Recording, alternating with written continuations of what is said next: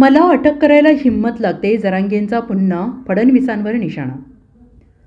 मनोज जरांगे पाटील मागच्या कित्येक दिवसांपासून मराठा आरक्षणासाठी लढा देत आहेत. मराठा आरक्षण मिळालं पाहिजे यासाठी मागणी करत आहेत. सध्या ते मराठवाड्यातील ग्रामीण भागाचा दौरा करत आहेत. आज बीड जिल्ह्यातील केज तालुक्यात लोकांशी संवाद साधत आहेत. अशात केजमध्ये बोलताना मनोज जरांगे यांनी पुन्हा एकदा राज्याचे उपमुख्यमंत्री देवेंद्र फडणवीस यांच्यावर निशाणा साधला आहे.